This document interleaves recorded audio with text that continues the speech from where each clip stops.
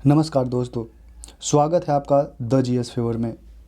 हम लोग पढ़ रहे हैं बिहार स्पेशल सीरीज, जिसमें हम लोग बिहार का इतिहास के बारे में पढ़ रहे हैं। इसमें पहले मैं प्राचीन बिहार का इतिहास, मध्यकालीन बिहार का इतिहास एवं आधुनिक बिहार का इतिहास के बारे में बता चुका हूँ। अब हम लोग पढ़ेंगे बिहार में स्वतंत्रता संघर्ष एवं क्रांतिकारी राष्ट्रवाद। इससे पहले हम लोग बिहार में स्वतंत्रता संघर्ष का पहला चरण पढ़ चुके हैं। तो दोस्तों, हर बार की तरह मैं इस बार भी आपसे कहूँगा कि अगर आप इस चैनल पर नए हैं तो कृपया चैनल को सब्सक्राइब करके बेल आइकन दबा लें और साथ ही साथ लाइक भी वीडियो को कर दें और शेयर भी। अगर आपको कुछ और बुक्स की सीरीज़ चाहिए तो आप हमें कमेंट करके बता सकते हैं। दोस्तों, ये वीडियो मात्र मैं 10-10 मिनट का एक एक टॉपिक का इसलिए बनाता हूँ ताकि आप इसका रिवीजन आसानी से कर सकें। 10 मिनट का एक वीडियो मतलब आप कहीं भी इसको देख सकते हैं और इस तरीके से पूरी बुक्स भी ख़त्म हो जाएंगी और पता भी नहीं चलेगा। तो दोस्तों, आज बिना देर के हुए हम लोग शुरू करते हैं। आज हम लोग पढ़ेंगे बिहार में क्रांतिकारी राष्ट्रवाद। तो बिहार में क्रांतिकारी राष्ट्रवाद में पहला प्रश्न है, 30 अप्रैल 1908 के मुजफ्फरपुर बम कांड में किसकी हत्या का प्रयास किया गया? तो ये जॉर्ज किंग्सफोर्ड जो थे, उनका 30 अप्रैल 1908 ईस्वी में मुजफ्फरपुर बम कांड में इनकी हत्या का प्रयास किया गया और इस कांड में गलती से वकील पिंगले कैनेडी की पत्नी और पुत्री की मृत्यु हो गई। अगला प्रश्न है, मुजफ्फरपुर बम कांड को अंजाम किसने दिया था? तो मुजफ्फरपुर बम कांड का अंजाम जो दिया था खुदीराम बोस और प्रफुल्ल चाकी ने। अगला प्रश्न है, मुजफ्फरपुर बम कांड 1908 का दोषी ठहराकर किसे फांसी दी गई? तो खुदीराम बोस को, और प्रफुल्ल चाकी ने खुद ही गोली मार ली थी। अगला प्रश्न है, मुजफ्फरपुर बम कांड के एक अन्य दोषी प्रफुल्ल चाकी से संबंधित कौन सा कथन सत्य है? तो प्रफुल्ल चाकी ने 2 मई 1908 को गोली मारकर आत्महत्या कर ली।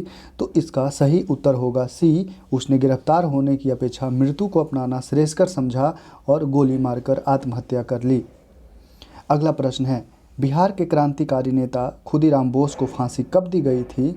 तो उनको फांसी 11 अगस्त 1908 ईस्वी को दी गई थी। अगला प्रश्न है, बिहार के क्रांतिकारी नेता खुदीराम बोस के वकील कौन थे? तो उनके वकील जो थे वो कालिदास बसु थे। मुजफ्फरपुर के कालिदास बसु खुदीराम बोस के वकील थे और इनके कहने पर खुदीराम बोस ने हाई कोर्ट में फांसी की सज़ा के विरुद्ध अपील भी किया था, लेकिन हाई कोर्ट ने इनकी सज़ा बरकरार रखा।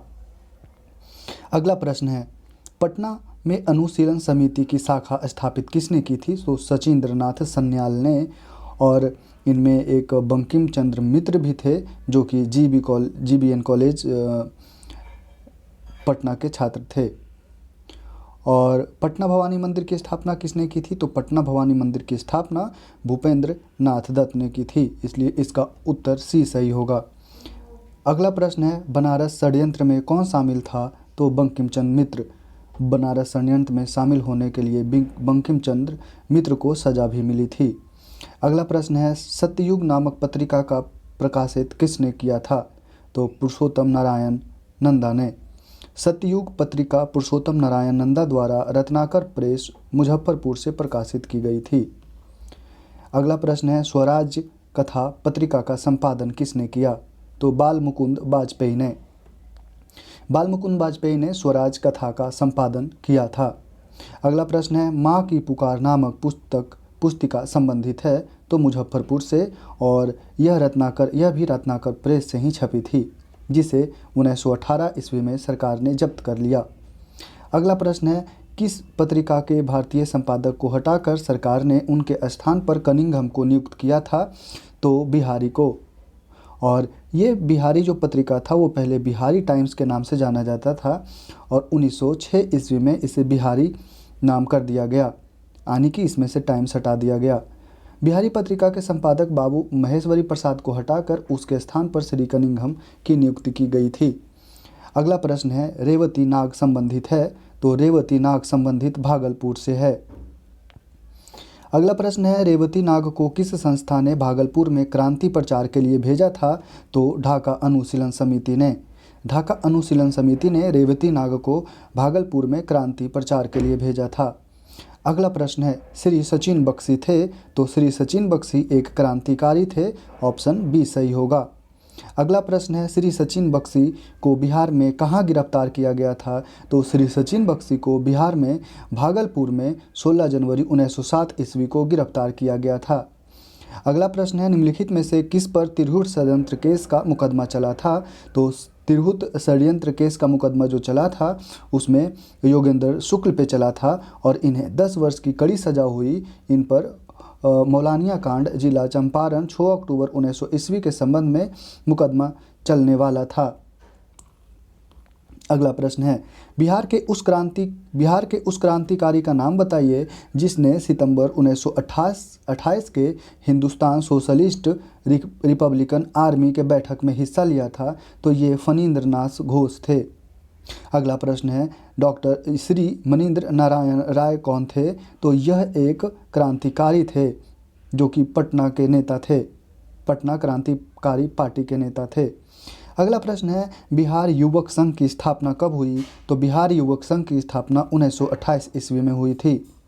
अगला प्रश्न है, बिहारी छात्र के सम्मेलन के किस अधिवेशन में बिहार युवक संघ की स्थापना हुई? तो मोतिहारी सम्मेलन में। मोतिहारी छात्र सम्मेलन में बिहारी छात्र सम्मेलन था उसका जो अधिवेशन मोतिहारी में हुआ था उसमें बिहार युवक संघ की स्थापना हुई थी। अगला प्रश्न है, 12 दिसंबर 1929 ईस्वी को बिहार नौजवान सम्मेलन पंडित प्रजापति मिश्र की अध्यक्षता में कहाँ हुई थी? तो मुंगेर में। अगला प्रश्न है, बिहार के किस क्रांतिकारी नेता ने 14 अप्रैल 1929 ईस्वी को प्रथम नौजवान दिवस मनाने का ऐलान किया था? तो प्रोफेसर ज्ञान साहा ने। प्रोफेसर ज्ञान साहा क्रांतिकारी विचारधाराओं से प्रभावित थे। उसने भगत सिंह एवं बटुकेश्वर दत्त के चित्रों सहित एक इश्तिहार लिखी जिसकी पटना में खूब जमकर बिक्री हुई थी। अगला प्रश्न है, पटना युवक संघ की स्थापना कब हुई? तो पटना युवक संघ की स्थापना 1927 ईस्वी में हुई थी। और पटना युवक संघ की स्थापना किसने की? तो पटना युवक संघ की स्थापना मनींद्र नारायण राय ने की थी। और पटना युवक संघ के प्रथम अध्यक्ष कौन थे? तो कृष्ण बल्लभ सहाय थे। कृष्ण बल्लभ सहाय पटना युवक संघ के प्रथम अध्यक्ष थे। 1929 ईस्वी में युवक नामक मासिक पत्रिका किसने निकाली थी? तो 1929 में युवक नामक मासिक पत्रिका पटना से निकाली गई थी।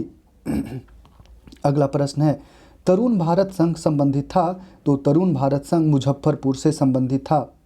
जगत नारायण लाल किस पत्रिका के संपादक थे? तो जगत नारायण लाल महावीर पत्रिका के संपादक थे और महावीर पटना का राष्ट्रीय साप्ताहिक था जिसे राजद्रोहात्मक लेख लिखने के कारण जगत नारायण लाल को गिरफ्तार भी किया गया था।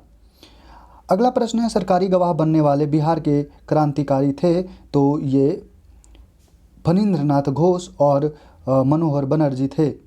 ये दोस्त महत्वपूर्ण हो जाता है क्योंकि सरकारी जो गवाह बने थे वो फणींद्र नाथ घोष और मनोहर बनर्जी बिहार के जो क्रांतिकारी थे वो सरकारी गवाह बने थे।